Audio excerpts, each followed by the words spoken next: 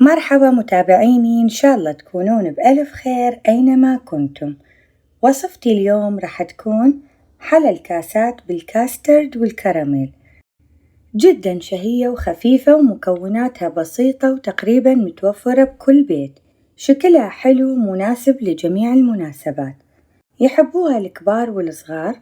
إن شاء الله تعجبكم الوصفة وتعالوا نشوف طريقة العمل. أول شي نحضره هو البسكت. عندي هنا تقريبا 200 غرام بسكت محشى بالكريمة. راح أتخلص من الكريمة حتى من أفرمه بالفرامة ما يعجن ويصير مثل العجينة عندي. أريده شكله شكل الباودر، يكون بهذا الشكل.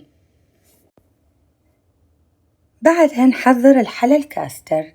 أحتاج 5 أكواب حليب كامل الدسم مع 5 ملاعق طعام كاسترد بطعم الفانيلا، بالإضافة إلى 5 ملاعق طعام سكر.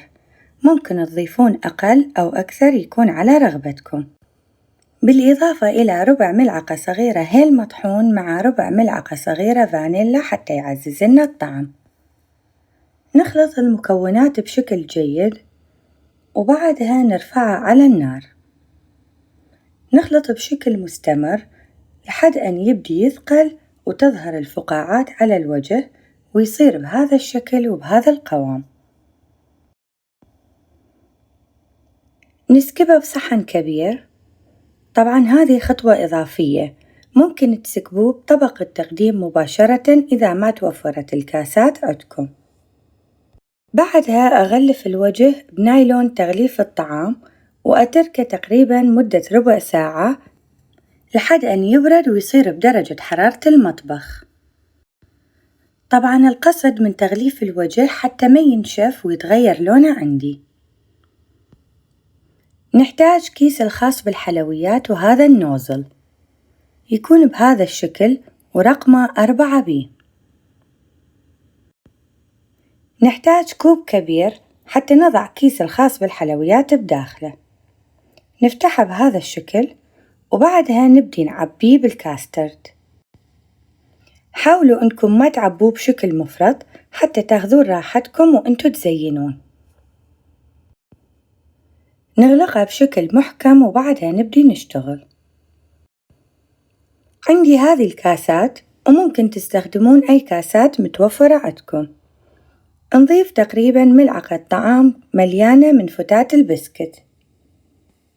نضيف الكاسترد بهذا الشكل. طبعا إذا ما متوفر عندكم أي نوزل ممكن تستخدمون أكياس حفظ الطعام حتى يسهل عليكم الشغل. أضيف الكراميل بهذا الشكل وبعدها أضيف ملعقة طعام إضافية من فتات البسكت. طبعا هذه كلها كميات تقديرية، ممكن تضيفون أكثر أو أقل على حسب رغبتكم.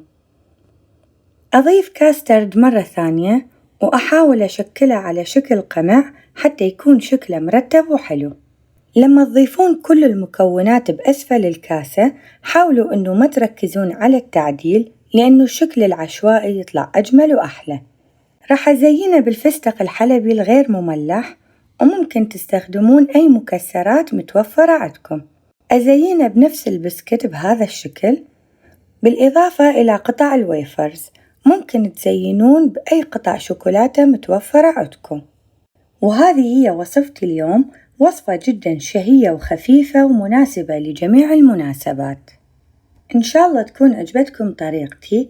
أتمنى أنكم تجربوها وتكتبوا لي رأيكم بيها، لأنه رأيكم جدا مهم بالنسبة إلي. كل المقادير والملاحظات مكتوبة بصندوق الوصف أسفل الفيديو. إذا عجبتكم الوصفة لا تنسون اللايك للفيديو والاشتراك بقناتي وتفعيل زر الجرس حتى يوصل لكم كل فيديو جديد أنزله. كانت معكم أم يوسف من قناة تيستي يامي.